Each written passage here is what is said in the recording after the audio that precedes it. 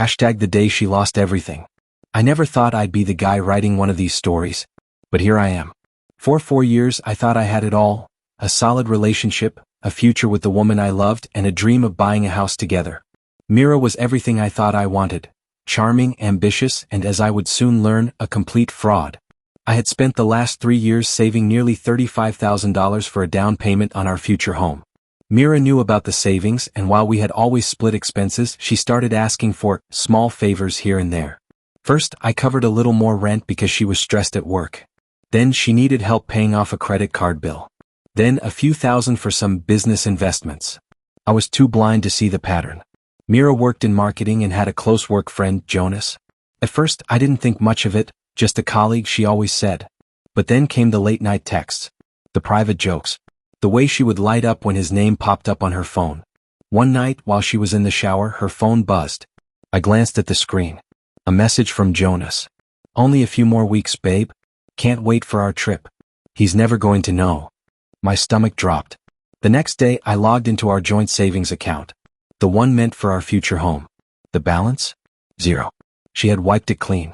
That night, I confronted her. And she didn't even try to deny it.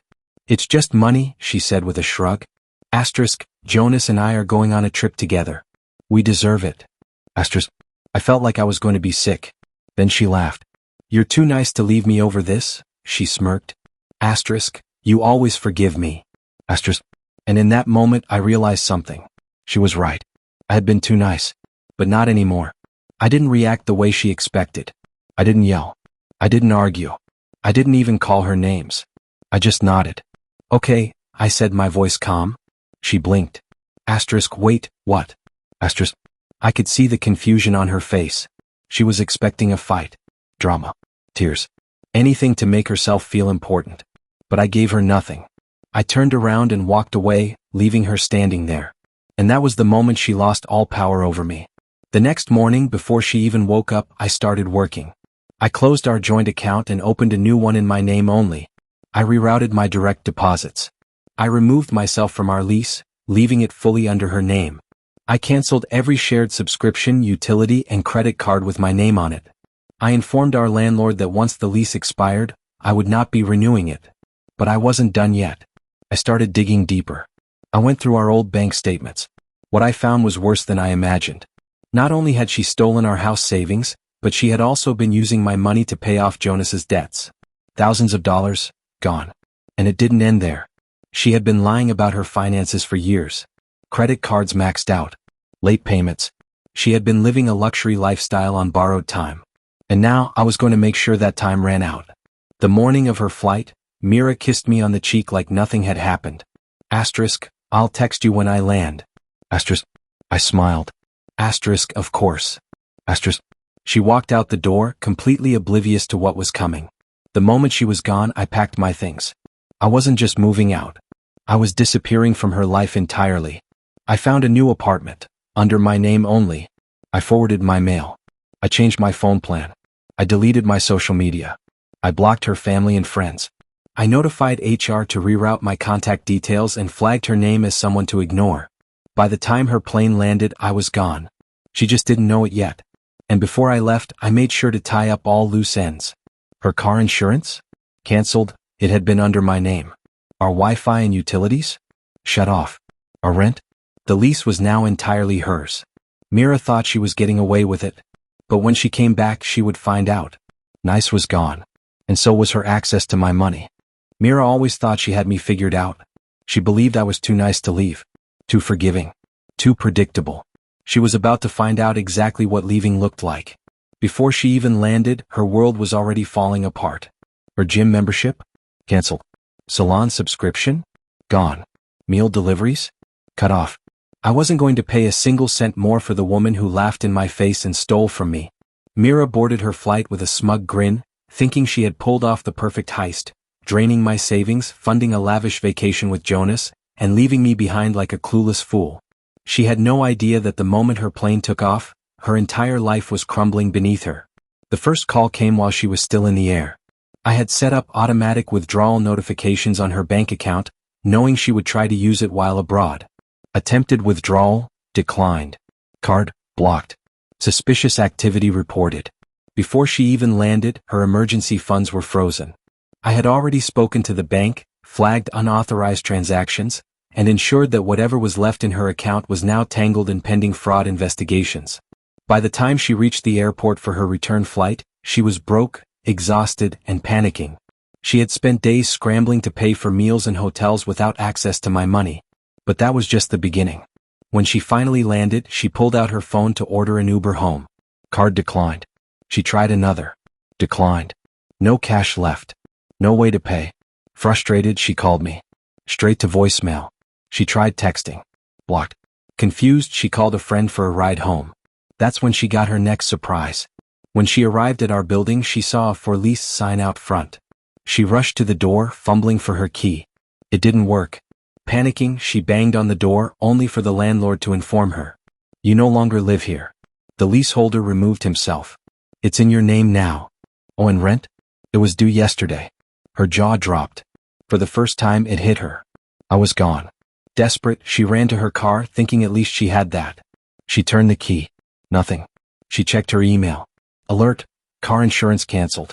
She wouldn't be able to legally drive it without paying a hefty reinstatement fee, which she couldn't afford, because her accounts were frozen. Then came another email. Past due balance, power disconnected. She was now locked out of her own apartment. No money, no car, no power. I could only imagine the look on her face as the reality sank in. The life she thought she controlled was slipping through her fingers. And there was absolutely nothing she could do about it. She did what she always did when things went wrong. She called me, thinking I would come running to fix her mess. This time, there was no response. Then came the text. We need to talk. I don't know what's going on, but I'm sorry. I think there's been a mistake. Please call me.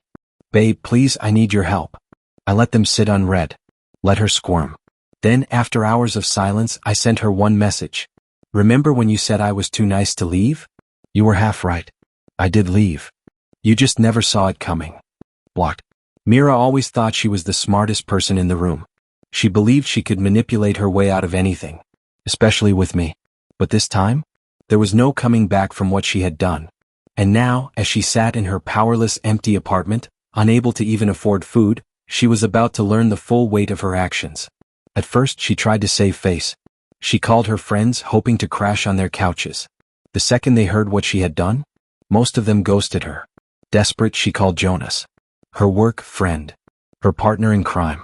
At first, he ignored her messages. Then, finally, he responded, I can't help you. Don't contact me again. Turns out, Jonas had a wife. The moment Mira got back, his guilty conscience kicked in. He wasn't leaving his marriage for her. In fact, he had already blocked her on everything. She was truly alone. A week passed before I heard from her again. She called from a random number. I didn't pick up. Then came more texts. I know you hate me, but please just talk to me. I made a mistake. We can fix this. You don't have to be so cruel. I thought you loved me. I lost my job. My credit cards are maxed out. I have nothing. Please, I just need help. I read each one, with satisfaction. Then I sent her my final message. You loved me when I was useful. I loved you when I thought you were a good person. Neither of those things are true anymore. Blocked. For good. A month later, I ran into a mutual friend, Sophie. She's staying at her cousin's place, Sophie said, barely scraping by. She lost everything and no one wants to help her. I just nodded. She did this to herself. Sophie gave me a long look. You know the funny part? She said. She told me she never thought you'd actually leave. I laughed. Because that's the thing about nice guys. We stay. Until we can't. And when we leave, we never come back. This story isn't just about revenge or karma. It's about self-respect, boundaries, and knowing when to walk away. Many of us have been in situations where we gave too much, trusted too deeply, and forgave too easily. Sometimes, we hold on to people who don't deserve us simply because we believe in love, loyalty, or second chances. But here's the truth. Being a good person doesn't mean being a doormat. Small blue diamond, respect yourself enough to walk away from those who take advantage of you. Small blue diamond, kindness should never come at the cost of your self-worth. Small blue diamond, love should never be one-sided. If someone only values you for what you can give, they don't truly love you. If this story resonated with you, share your thoughts in the comments below. Have you ever been in a situation where you had to take your power back? Let's talk about it. Don't forget to like, share, and comment. Someone out there might need this lesson today.